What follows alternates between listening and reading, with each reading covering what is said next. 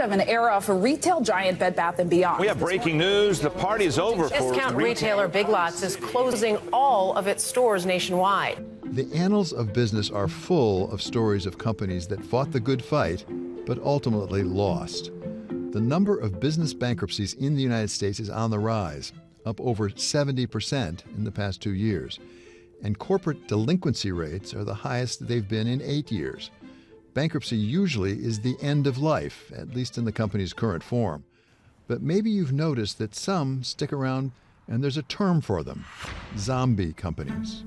A zombie company, it's fundamentally a financially unsustainable company. These are companies that are not producing enough operating profit to pay the interest on their loans. And they've been in that position for at least 3 consecutive years. So when we talk about a zombie, it's not a company that had a bad year or a startup or anything like that. We're talking about sustained material underperformance. These are publicly traded companies that have been in business for at least 10 years, that have revenue for each of those 10 years. These are real companies that are having profound financial issues. Vincenzo Sposato is a partner at Kearney, writing a yearly report on zombie companies and their effect on the health of the overall economy. You study these zombie companies. How many are there?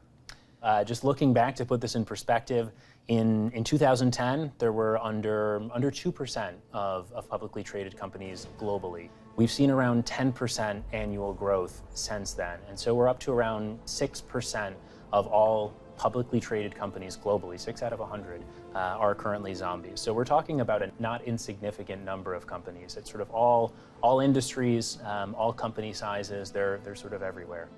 In 2023 alone, Kearney identified 827 new zombie companies, taking the total number to almost 2,500 globally, with real estate and manufacturing leading the way. A lot of zombies are companies that should not have gotten financing to begin with.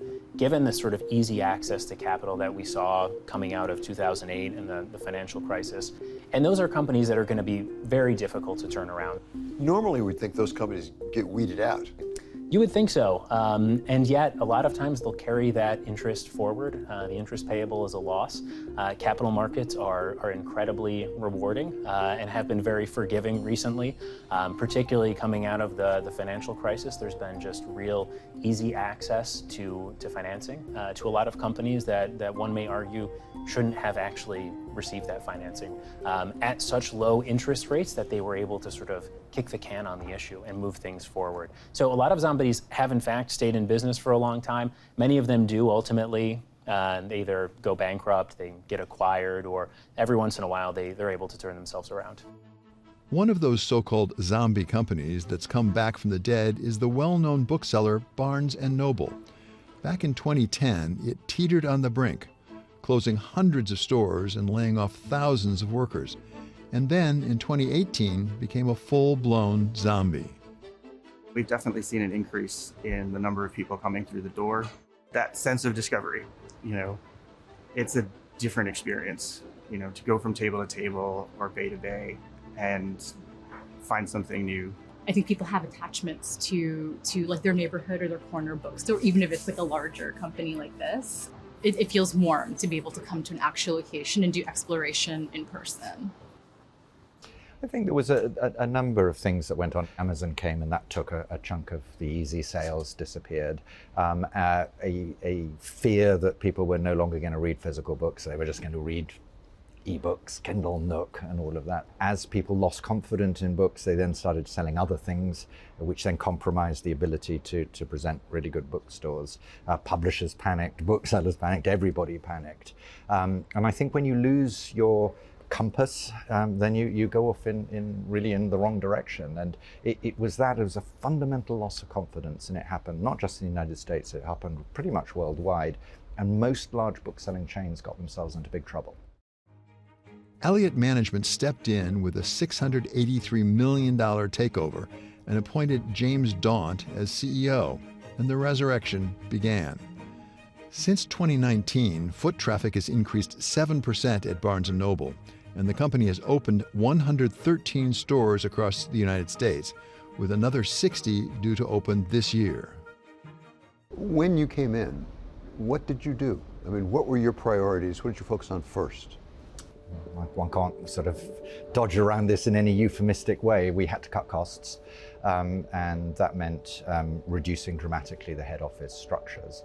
Helpfully, my other sort of core principle was to allow the booksellers in each store to get to grips with and start working on their bookstores.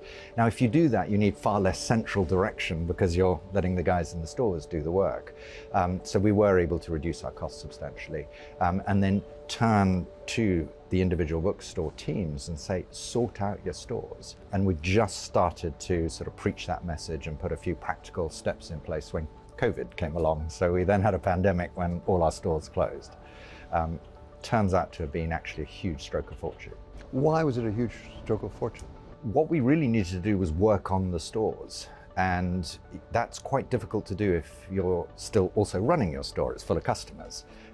Suddenly we were literally having to close our doors, but we kept the lights on, we kept the people in the stores, so we kept our experienced booksellers, and they worked through the pandemic inside the stores, moving the furniture around, going through all the books. By the time we were allowed to open again, we had much better bookstores, just through moving, changing, getting rid of the books that shouldn't be there, presenting better. Lo and behold, during COVID, lots of people discovered reading and the joys of reading, and we opened to that re-energized customer base who are coming back onto high streets with much better bookstores. The story of Barnes & Noble is obviously a very famous one. It's a very popular one. And I think they went back to the basics. They looked fundamentally at what customers were looking for. They looked at what worked.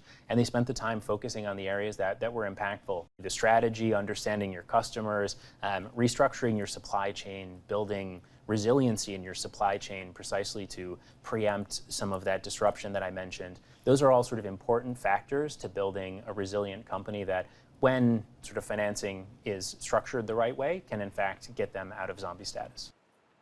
Those keys to success, understanding customers and individualizing stores, was something Daunt brought with him from his experience owning his own independent bookstore in London, and then applied as the recipe for success to restore and reinvigorate the Barnes & Noble brand.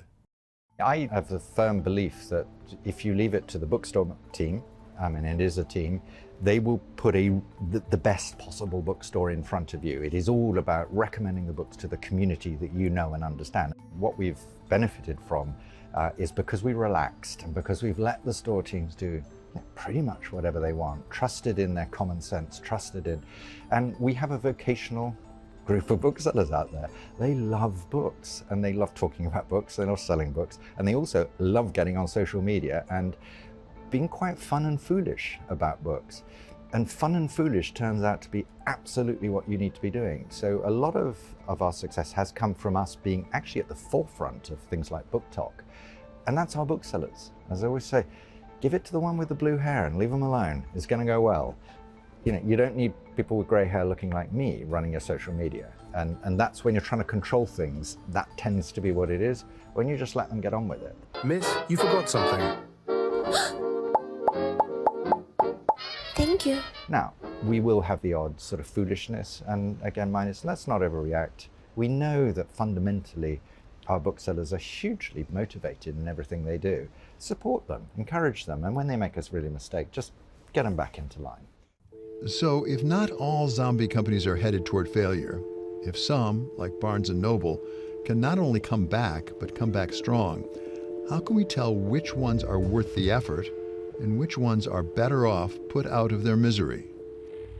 If we compare zombie companies to recovered, one of the first things that we see is that there are differences with respect to leverage. So leverage ratio, but also total assets. We see that those are one of the first characteristics that change when a company is in the recovery zone versus in the zombie status. When we look at other factors in terms of zombies that recover from the zombie status, there are also other characteristics that play a role, not only leverage and total assets, but also, for example, how they use cash, for example, how they use equity, taxes, working capital, and other characteristics.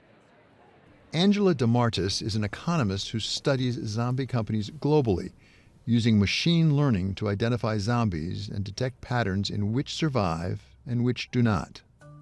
What we find is that the share of zombie companies in the United States is much lower compared to zombie companies in Europe. So their prevalence is way higher in Europe and also emerging countries. And this is mostly related to, for example, differences in the characteristics of these companies. So we always look at listed firms. And we see differences between the United States and Europe with respect to, for example, their financial structure, but also the capital structure of the company, and also what plays a role is differences with respect to the institutions. And so this might also explain why we see a much lower share of zombie companies in the United States with respect to other European countries in which the phenomenon is way more prevalent. Could a factor be the different ways that companies finance themselves in the United States versus Europe? My understanding is banks play a much larger role as opposed to capital markets in the United States. Exactly. Yeah, this is one of the things that we argue is one of the main points and one of the main differences that we see. So in one of the studies, what we do is we look at listed firms in the United States and in Europe, and we use machine learning methods to sort of develop an early warning system that is able to identify zombie companies and also separate them from the non-zombies and also from the recovered. And so at the firm level, for example, we see that beyond leverage and total assets, there's other characteristics that do play a role, like, for example, working capital, for example, taxes, for example, shareholders' equity. And we do see differences between the United States and Europe that go back to, for example, differences with respect to capital markets, with respect to the financial structure of the company, and also with respect to institutions. Back in the United States, James Daunt sees only one true threat to his Barnes & Noble falling back into its former zombie status. For a large bookseller, the only thing that we can really trip up on is if we lose our confidence.